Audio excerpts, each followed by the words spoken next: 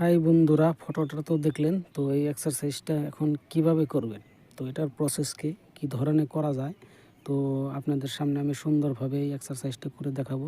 তো যাদের হাতের একটু কমজোর আছে, ভরির মানে একটু কমজোরি থাকে, তো এক্সারসাইজ একটাই, কিন্তু এটার গুণাগুণ শত শত গুণাগুণ, মানে ছোট ভিডিওতে বলে শেষ করা যাবে না। পরবর্তীতে আমি এটার উপকার মানে কি হয় আমি বলে দিব।